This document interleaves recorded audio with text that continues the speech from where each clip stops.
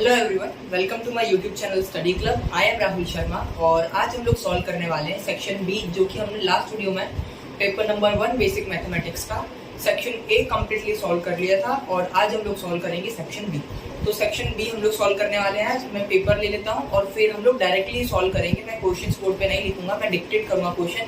आप अपने पास बुक लेके बैठिएगा और साथ में नोटबुक भी रखिएगा। क्वेश्चन के लिए आप अपने गाला असाइनमेंट को रिफर कीजिए और आंसर के लिए आप वीडियो में देख के अपने नोटबुक में नोट डाउन कीजिएगा। तो चलिए स्टार्ट करते हैं। स्टार्ट करने से पहले मैं बता दूं, वीडियो अगर आपको पसंद आए तो वीडियो को लाइक जरूर करना, शेयर करना मत भूलिएगा अपने फ्रेंड्स के साथ और चैनल को सब्सक्राइब जरूर कीजिएगा ताकि मैं ऐसी ही वीडियो और अच्छी बनाता रहूं और मुझे वीडियो बनाने के लिए मोटिवेशन मिले। तो चलिए स्टार्ट करते हैं।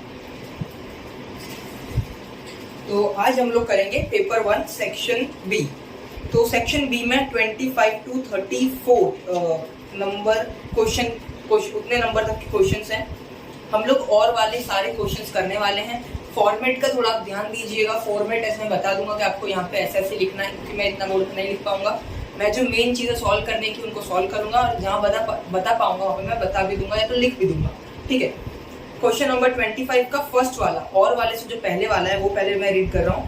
State the formula to find the nth term of an AP and hence find its n-4th term। क्या बोला है? हमको nth टर्म फाइंड करने का फॉर्मूला बताना है और हमको n-4th टर्म फाइंड करना है उस AP का। तो चलिए शुरू करते हैं। सबसे पहले आपको यहाँ पे लिख देना है we know that the formula to find the nth term of an AP with the first term a and the common difference g is, फिर लिख देना है an equal to a plus n-1 into D.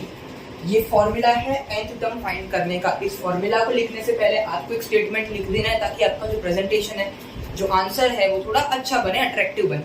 क्या लिखना है आपको? Statement लिखना है the formula to find out the nth term of an AP with first term a and common difference g is, फिर an equal to a plus n-1 into D.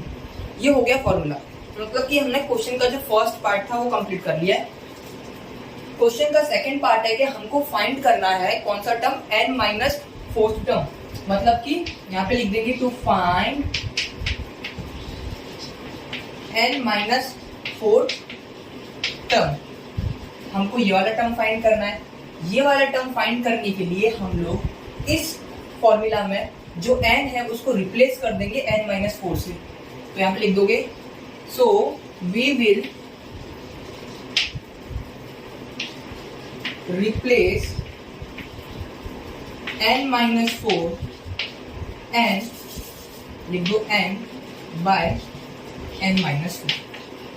ठीक है। तो आपको कुछ नहीं करना है, सिंपली ये फॉर्मूला एज इट इज रखना है, उसमें बस n की जगह n-4 रख देना है। ऐसा ही सेम क्वेश्चन ऑब्जेक्टिव में था, मैंने आपको बताया था उसका किस तरीके से डायरेक्टली उसका आंसर पता लगा पाए। तो हम सॉल्व कर लेते हैं। तो हमको ये पता चल गया, ये कुछ स्टेटमेंट ऐसा आपको लिखना रहेगा। उसके बाद इस फॉर्मूला में सब्स्टिट्यूट कर दीजिए वैल्यू a प्लस ये ब्रैकेट है। आप ऐसे राउंड ब्रैकेट बनाओगे तब भी चलेगा, ऐसे बॉक्स ब्रैकेट बनाओगे तब भी चलेगा। n है, n की जगह पुट करना है n-4। ये -1 तो क्वेश्चन में है, फॉर्मूला का वो ऐसे ही रहेगा और मल्टीप्लाई बाय डी। अब आपको इसको सिंप्लीफाई कर लेना है। तो an इक्वल टू a तो ऐसे ही रहेगा प्लस यहाँ पे n और ये माइनस माइनस हो जाएगा प्लस 4 + 1 हो जाएगा 5 और बड़ा नंबर है 4, इसका साइन है माइनस तो आ जाएगा माइनस और ये आ जाएगा मल्टीप्लाई बाय डी। ठीक है। तो ये हमारा आंसर आ चुका है कि हमारा जो n-4th टर्म है वो है हमारा a plus n-5 multiply by D. तो यहाँ पे जो फर्स्ट क्वेश्चन है उसका आंसर आ गया। आपको एग्जाम में पहले भी स्टेटमेंट लिखना है और ये आंसर आने के बाद में भी स्टेटमेंट लिख देना है। यहाँ पे लिख देना है सो या तो therefore the n-4th term of an AP is a plus n-5 multiply by D. तो ये कुछ मतलब कि आई कैचिंग पॉइंट होते हैं जो कि आपको लिखना है अपने आंसर में, जिससे आप फुल मार्क्स स्कोर कर सकते हो हर आंसर में। ठीक है। भले ही आपका आंसर राइट है बट आपने स्टेटमेंट्स थोड़े नहीं लिखे तो एग्जामिनर शायद आधा 1 नंबर काट सकता है। तो उसको बचाने के लिए हमको जो स्टेटमेंट है उसको थोड़ा एड ऑन कर देना है क्वेश्चंस में, इवन इन मैथमेटिक्स में। ठीक है। थोड़ा बहुत देखते हैं इस चीज को। अब हम लोग सॉल्व करेंगे जो और में क्वेश्चन है 25 में, वो है, मैं रफ कर देता हूँ पहले को।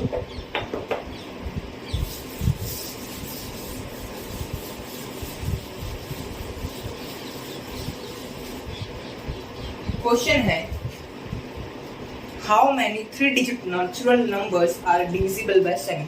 3 डिजिट के कितने नेचुरल नंबर 7 से डिविजिबल हैं, तो ये हमको सॉल्व करना है। ये अरिथमेटिक प्रोग्रेशन जो चैप्टर है उस तरीके का, उस चैप्टर से ये क्वेश्चन है, और ये क्वेश्चन इजी भी है, कर भी सकते हैं इजीली, ठीक है, और मार्क्स भी अच्छे स्कोर कर सकते हैं। तो क्या बोला है हमको, कितने 3 डिजिट नेचुरल नंबर्स हैं जो कि 7 से डिविजिबल है। नेचुरल नंबर्स हैं तो हमको सारे के सारे पॉजिटिव नंबर्स लेने हैं, कोई नेगेटिव नंबर नहीं लेना है। तो चलिए स्टार्ट करते हैं। क्या करना है, सबसे पहले आपको देखना है कि 3 डिजिट नंबर स्टार्ट कहाँ से होता है। आपको पहले एक एपी बनाना पड़ेगा और उस एपी में से कुछ कैरेक्टरिस्टिक उठा के फिर आपको एन फाइंड करना पड़ेगा। सबसे पहले एपी कैसे बना है फर्स्ट क्वेश्चन, तो आपको देखो आपका जो डिफरेंस है वो है 7। अब 7 कैसे है आपका डिफरेंस, तो आपको जो टेबल दिया हो या तो जो नंबर बोला हो कि इससे डिविजिबल है या तो इसका मल्टीपल है, तो वो ही जो नंबर होता है वही हमारा कॉमन डिफरेंस होता है। ये एक मतलब की ट्रिक है, शॉर्ट ट्रिक है, आप इससे ध्यान रख सकते हो कि कॉमन डिफरेंस आप फाइंड मत कीजिएगा टर्म्स को सब्ट्रैक्ट करके। आप डायरेक्टली जो टेबल बोला, जैसे इधर 7 का नंबर बोला था तो वो 7 को मैंने मान लिया डी, और वो ही होता है एक्चुअली में, ठीक है। तो कॉमन डिफरेंस 7 है।